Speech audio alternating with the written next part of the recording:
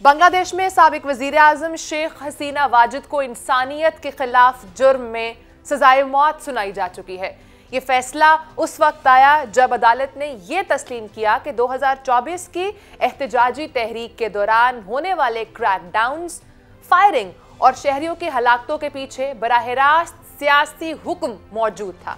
एक तवील अरसे तक इक्तदार में रहने वाली शेख हसीना वाजिद आज अपने ही मुल्क की अदालत में एक ऐसे जुर्म की मुजरिम करार दी जा चुकी हैं जिसने बांग्लादेश की सियासत, उसके इदारों, उसके इंसानी हकूक के रिकॉर्ड, बल्कि उसकी नौजवान नस्ल तक को शदीद तौर पर मुतासर किया। ये फैसला सिर्फ एक शख्स के खिलाफ नहीं बल्कि पूरे दौरे हुकूमत की समत पर सवाल खड़े कर रहे हैं। अगर हम इस पूरे मामले को समझना चाहें तो हमें 2024 के एहतजाज से थोड़ा पीछे जाना होगा, क्योंकि बांग्लादेश में जो कुछ हुआ वो किसी एक दिन में नहीं हुआ है।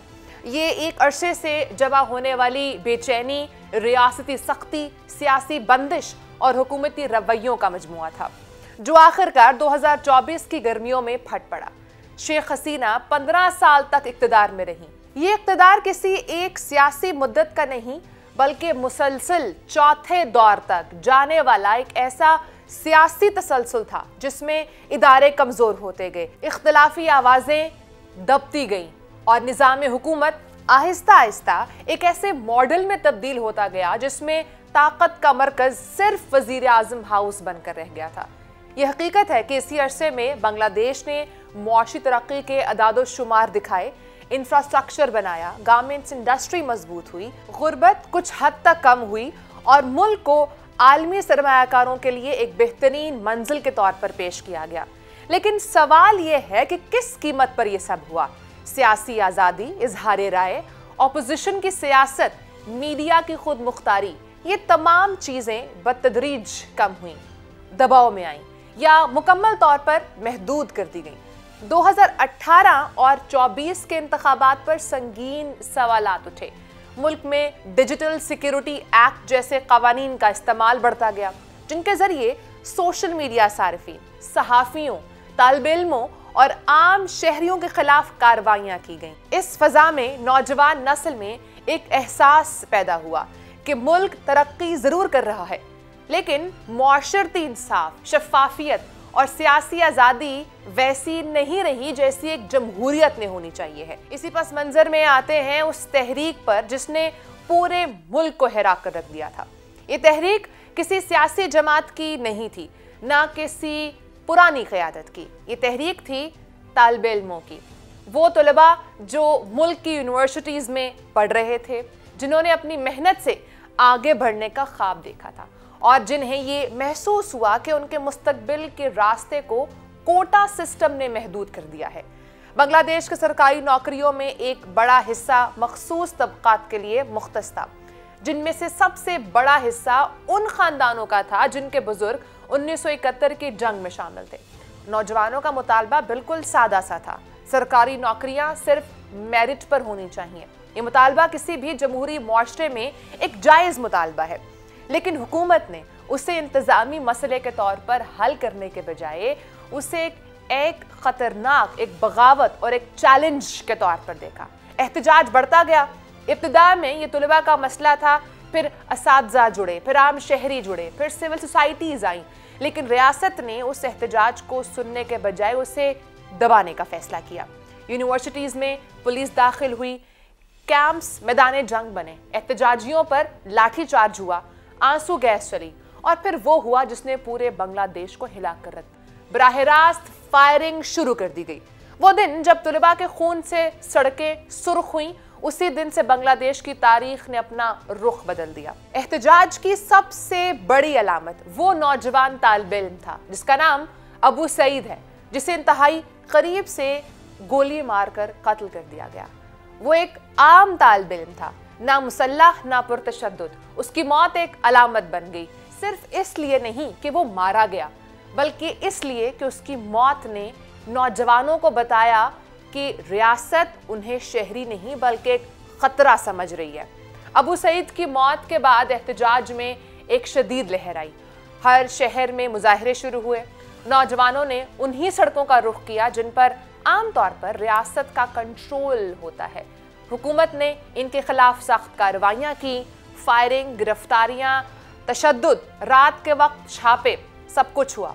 और उसी दौरान वो ऑडियो सामने आई जिसने सारी तस्वीर को वाजे कर दिया। ये ऑडियो एक फोन कॉल थी, वो कॉल जिसमें मुबैना तौर पर शेख हसीना को ये कहते सुना गया कि जहां देखो गोली मार दो, मोहलिक हथियार इस्तेमाल करो, मैं इजाजत देती हूं।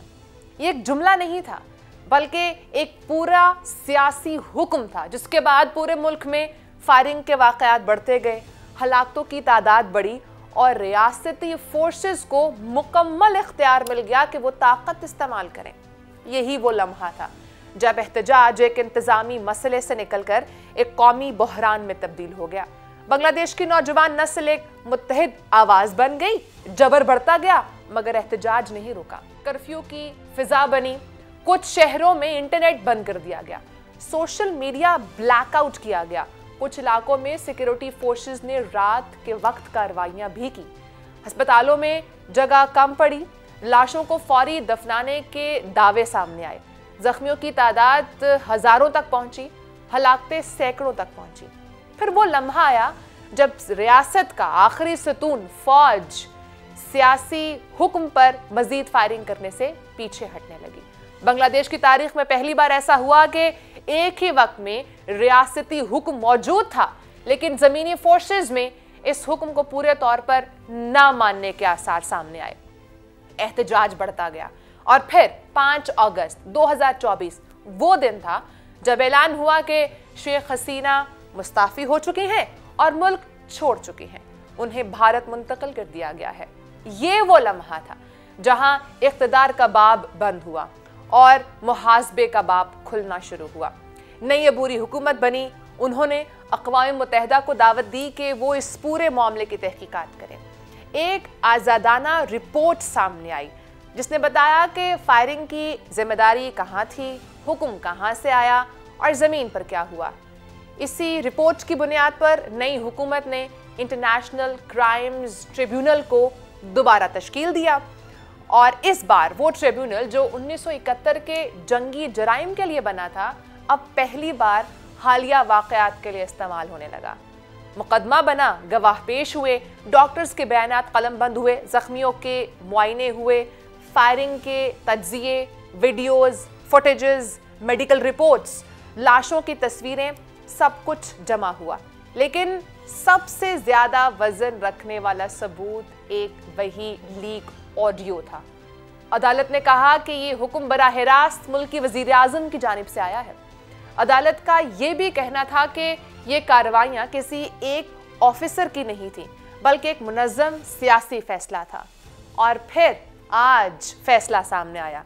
शेख हसीना वाजिद 2 इल्जामात में सजाए मौत, 1 इल्जाम में उम्र कैद, साथ में उनके वज़ीर दाखिला की सजाए मौत और पुलिस चीफ सेहत जुर्म कबूल करने के बाइस सजा कम सुनाई गई उनको। शेख हसीना वाजिद के सियासी सफर का अंजाम इस अदालत के फैसले पर हुआ।